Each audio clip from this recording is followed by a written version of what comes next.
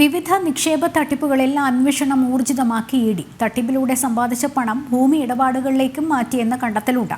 നിക്ഷേപ തട്ടിപ്പുകൾക്കെല്ലാം ഏകീകൃത സ്വഭാവമാണെന്നും ഇഡി പറയുന്നു. അതേസമയം മഞ്ഞുമ്മൽ ബോയ്സ് സിനിമാ നിർമ്മാതാക്കൾക്കെതിരെയും ഇഡി അന്വേഷണം മുറുകുകയാണ്. സിനിമയുടെ മുഴുവൻ കളക്ഷൻ വിവരങ്ങളും ഇഡി ശേഖരിച്ചു തുടങ്ങി. നടനും നിർമ്മാതാവുമായ സോബിൻ ഷാഹിറിനെ ഇഡി ഉടൻ ചോദ്യം ചെയ്യും. വിവരങ്ങളുമായി ജിജീഷ് ചേരുന്നു. ജിജീഷ്, വിവിധ നിക്ഷേപ തട്ടിപ്പുകൾ നമ്മളിപ്പോൾ പറഞ്ഞതുപോലെ ഇഡിയുടെ അന്വേഷണം വ്യാപിപ്പിക്കുന്ന സാഹചര്യം ഹൈറിച്ച് ആകട്ടെ, അപ്പോൾ തന്നെ ഈ മഞ്ഞുമ്മൽ ബോയ്സ് സിനിമയുമായി ബന്ധപ്പെട്ട അന്വേഷണമാകട്ടെ, എന്തൊക്കെയാണ് നമുക്ക് ലഭിക്കുന്ന കൂടുതൽ വിവരങ്ങൾ?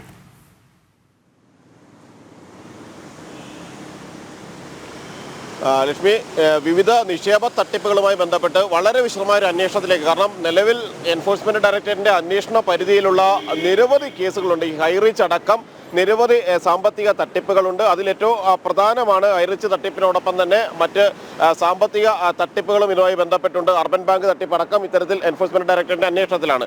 ഈ കേസുകളുമായി ബന്ധപ്പെട്ടെല്ലാം വിശദമായ അന്വേഷണത്തിലേക്ക് കടന്ന എൻഫോഴ്സ്മെന്റ് ഡയറക്ടറേറ്റ് ഇപ്പോൾ ഹൈറിച്ചിന്റെ സ്ഥാപനങ്ങളിലും അനുബന്ധമായി അവർ നടത്തിയ നിക്ഷേപങ്ങൾ നടത്തിയിട്ടുള്ള സ്ഥാപനങ്ങളിലും എല്ലാമായിട്ടാണ് പരിശോധനകൾ കേന്ദ്രീകരിച്ചിരിക്കുന്നത്. മാത്രമല്ല, എൻഫോഴ്സ്മെന്റ് ഡയറക്ടറേറ്റിന് ലഭിച്ചിരിക്കുന്ന ഒരു പ്രധാനപ്പെട്ട വിവരം എന്ന് പറയുന്നത്, കേരളത്തിന് പുറത്ത് മറ്റു പല സംസ്ഥാനങ്ങളിലായിട്ടാണ് ഈ നിക്ഷേപങ്ങൾ, അത് ഏറ്റവും കൂടുതൽ ഭൂമിയിലാണ് നിക്ഷേപങ്ങൾ നടത്തിയിട്ടുള്ളത്. ഭൂമി വാങ്ങിക്കൂട്ടാനാണ് ഇത്തരത്തിൽ തട്ടിപ്പ് സംഘങ്ങളെല്ലാം തന്നെ, നിക്ഷേപ തട്ടിപ്പ് നടത്തിയ ആളുകളെല്ലാം തന്നെ ശ്രമിച്ചിട്ടുള്ളത്. വിദേശത്തേക്ക് പണം ഒഴുക്കിയത് മറ്റൊരു ഭാഗത്ത്, എന്നാൽ ഇവിടെ തന്നെ ഇന്ത്യയിൽ തന്നെ ഈ നിക്ഷേപങ്ങൾ എന്ന നിലയ്ക്ക് ബിനാമി പേരുകളിലും എല്ലാവരെയും എല്ലാം ഭൂമി വാങ്ങിക്കൂട്ടിയിട്ടുണ്ട് പല ഭാഗങ്ങളിൽ. അങ്ങനെയാണ് ഈ തട്ടിപ്പ് പണം വിനിയോഗിക്കപ്പെട്ടുള്ളത്. എവിടേക്കെല്ലാമാണ് ഈ തട്ടിപ്പ് പണം പോയതെന്ന് സംബന്ധിച്ചായിരുന്നു പ്രധാനമായും അന്വേഷണം ഉണ്ടായിരുന്നത്. പ്രത്യേകിച്ച് 1663 കോടിയിലധികം രൂപയുടെ സാമ്പത്തിക തട്ടിപ്പ് ഹൈറിച്ച് കേസുമായി ബന്ധപ്പെട്ട് മാത്രം KD പ്രതാപൻ, അതിൻ്റെ ഉടമകളായ KD പ്രതാപനും ശ്രീനയും നടത്തിയിട്ടുണ്ടായിരുന്നു. അതുകൊണ്ട് തന്നെ ഈ പണം പോയ വഴികളിലേക്ക്, അല്ലെങ്കിൽ നിക്ഷേപകരെ വഞ്ചിച്ച് തിരികെ നൽകാതെ ഈ പണം എങ്ങനെയാണ് വിനിയോഗിച്ചത് എന്നത് സംബന്ധിച്ച് തന്നെയായിരുന്നു വിശദമായൊരു അന്വേഷണം നടന്നത്. അതിലാണ് ഭൂമിയിലാണ് പ്രധാനമായും നിക്ഷേപം നടത്തിയത് എന്ന് വ്യക്തമായിരിക്കുന്നത്. മാത്രമല്ല, മറ്റ് അനുബന്ധമായിട്ടുള്ള നിക്ഷേപ തട്ടിപ്പുകളിൽ കൂടി സമാന്തരമായ അന്വേഷണത്തിലേക്ക് കടന്നിരിക്കുന്നു. അവരും ഇത്തരത്തിൽ തന്നെയാണ്. അതായത് എല്ലാ നിക്ഷേപ തട്ടിപ്പുകൾക്കും ഒരു ഏകീകൃത സ്വഭാവമുണ്ട് എന്നാണ് അന്വേഷണ സംഘം കണ്ടെത്തിയിരിക്കുന്നത്. അതോടൊപ്പം തന്നെയാണ് ലക്ഷ്മി പറഞ്ഞതുപോലെ തന്നെ മറ്റൊരു കേസിൽ കൂടി അന്വേഷണം, സിനിമയുമായി ബന്ധപ്പെട്ടുകൊണ്ട് പ്രധാനമായും അന്വേഷണത്തിലേക്ക് ഇപ്പോൾ കടന്നിരിക്കുന്നത്. കാരണം സാമ്പത്തിക തട്ടിപ്പുകൾ സിനിമാ മേഖലയിൽ കൂടി ശക്തമായിരിക്കുന്നു എന്നതിൻ്റെ അടിസ്ഥാനത്തിലാണ് മഞ്ഞുമ്മൽ ബോയ്സിന്റെ നിർമ്മാതാക്കൾക്കെതിരെ കൂടുതൽ അന്വേഷണം നടത്താൻ ആരംഭിച്ചിരിക്കുന്നതും അതിൽ ഷോൺ ആന്റണി നിർമ്മാതാവിനെ ചോദ്യം ചെയ്തിരിക്കുന്നതും. ഏറ്റവും ആദ്യം പോലീസ് രജിസ്റ്റർ ചെയ്ത, മരട് പോലീസ് രജിസ്റ്റർ ചെയ്ത ഒരു കേസിന്റെ അടിസ്ഥാനത്തിലാണ് ഈ കേസിന്റെ സാമ്പത്തിക ഇടപാടുകളിലേക്ക്, കള്ളപ്പണ ഇടപാടുമായി ബന്ധപ്പെട്ട അന്വേഷണത്തിലേക്കെല്ലാം തന്നെ എൻഫോഴ്സ്മെന്റ് ഡയറക്ടറേറ്റിന്റെ അന്വേഷണം എത്തുന്നത്. മരട് പോലീസ് രജിസ്റ്റർ ചെയ്ത കേസ് അനുസരിച്ച് മഞ്ഞുമ്മൽ ബോയ്സിന്റെ നിർമ്മാതാക്കൾ ഇതിലേക്ക് പണം നിക്ഷേപിച്ച ഒരാളെ 7 കോടി രൂപ നൽകിയ ആളെ തിരികെ യാതൊരു ലാഭവിഹിതവും നൽകാതെ വഞ്ചിച്ചു എന്നാണ് കണ്ടെത്തിയിട്ടുള്ളത്. പോലീസിന്റെ അന്വേഷണ റിപ്പോർട്ടിലും ഹൈക്കോടതിയിൽ നൽകിയ അന്വേഷണ റിപ്പോർട്ടിലടക്കം അത് വ്യക്തമാക്കുകയും ചെയ്യുന്നുണ്ട്. കാരണം സിനിമ നിർമ്മിക്കുകയും അതിന്റെ ലാഭവിഹിതം ഉണ്ടായിക്കഴിഞ്ഞാൽ 40% ലാഭം നൽകാമെന്നായിരുന്നു പറവ ഫിലിംസ്, നിർമ്മാതാക്കളായ പറവ ഫിലിംസും അതിന് പിന്നിലുണ്ടായിരുന്ന ഈ നിർമ്മാണ ഉടമകളായ ഷോൺ ആന്റണി, ഒപ്പം തന്നെ സോബിൻ ഷാഹിറും അടക്കം ഇവരെ വിശ്വസിപ്പിച്ചിരുന്നത്. എന്നാൽ ഈ 7 കോടി നൽകിയ ആൾക്ക് 1 രൂപ പോലും തിരികെ നൽകിയില്ല. മറിച്ച് സിനിമ വലിയ ലാഭം നേടി, കളക്ഷൻ നേടി മുന്നോട്ട് പോവുകയും 250 കോടിയിലധികം രൂപയുടെ കളക്ഷൻ നേടി റെക്കോർഡ് കളക്ഷനിലേക്ക് സിനിമ എത്തിയിട്ട് പോലും ഈ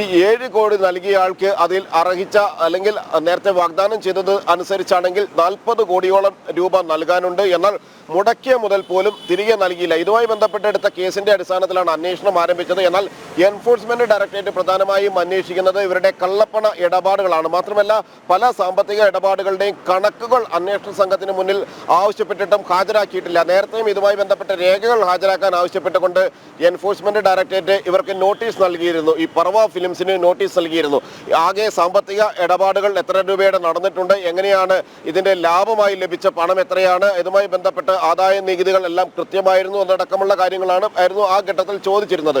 ഇതുമായി ബന്ധപ്പെട്ട് ആദായ നികുതി വകുപ്പ് കൂടി ഇപ്പോൾ അന്വേഷണത്തിലേക്ക് കടന്നിരിക്കുന്ന വിശദമായ ഒരു അന്വേഷണമാണ് ആദായ നികുതി വകുപ്പ് നടത്തുന്നത്. കാരണം ഈ സാമ്പത്തിക ഇടപാട്, കള്ളപ്പണം വെളുപ്പിക്കാനുള്ള ഒരു മാർഗമായി ചില ആളുകളെങ്കിലും സിനിമാ നിർമ്മാണത്തെ കൃത്യമായി ഉപയോഗപ്പെടുത്തുന്നുണ്ട് എന്നാണ് എൻഫോഴ്സ്മെന്റ് ഡയറക്ടറേറ്റ് കണ്ടെത്തിയിട്ടുള്ള ഒരു പ്രധാനപ്പെട്ട കാര്യമെന്ന് പറയുന്നത്. അങ്ങനെ സിനിമയെ കള്ളപ്പണം വെളുപ്പിക്കാനായി ഉപയോഗിച്ച സംഘത്തിൽ, അല്ലെങ്കിൽ അത്തരത്തിലുള്ള ഒരു നോബിയുടെ നേതൃത്വം ഇതുമായി ബന്ധപ്പെട്ട് നടന്നിട്ടുണ്ടോ എന്ന കാര്യം പരിശോധിക്കേണ്ടതുണ്ട്. മഞ്ഞുമൽ ബോയ്സിന്റെ നിർമ്മാണവുമായി ബന്ധപ്പെട്ട് നടന്നിട്ടുണ്ടോ? കാരണം ഒരു രൂപ പോലും നിർമ്മാതാക്കൾ നേരിട്ട് പണം മുടക്കിയിട്ടില്ല, അല്ലെങ്കിൽ നിർമ്മാതാക്കൾ എന്ന് രേഖകളിലുള്ള ആളുകൾ ഒരു രൂപ പോലും മുടക്കിയിട്ടില്ല.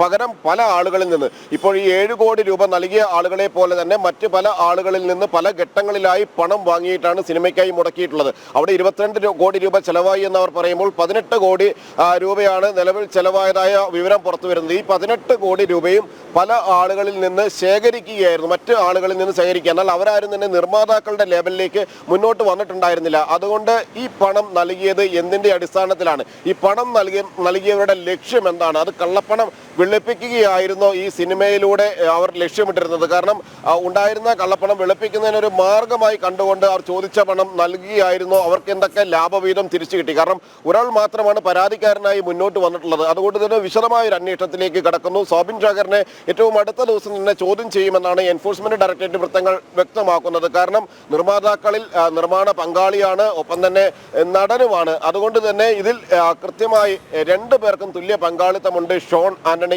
സോബിൻ ഷാക്കറിനും എന്ന കാര്യമാണ് നേരത്തെ പോലീസ് റിപ്പോർട്ടിൽ സൂചിപ്പിച്ചിരിക്കുന്നത്. കൃത്യമായി വിശ്വാസവഞ്ചന, ഗൂഢാലോചന എന്നീ കുറ്റങ്ങൾ പ്രതികൾക്ക് മേൽ നിലനിൽക്കുമെന്ന് നേരത്തെ പോലീസ് കോടതിയിൽ നൽകിയ റിപ്പോർട്ടിൽ വ്യക്തമാക്കിയിരുന്നു. ഈ ഒരു പശ്ചാത്തലത്തിൽ 2 പേരെയും ചോദ്യം ചെയ്തുകൊണ്ടാണ് എൻഫോഴ്സ്മെന്റ് ഡയറക്ടറേറ്റ് ഈ കേസുമായി ബന്ധപ്പെട്ട് മുന്നോട്ട് പോവുക. ലക്ഷ്മി.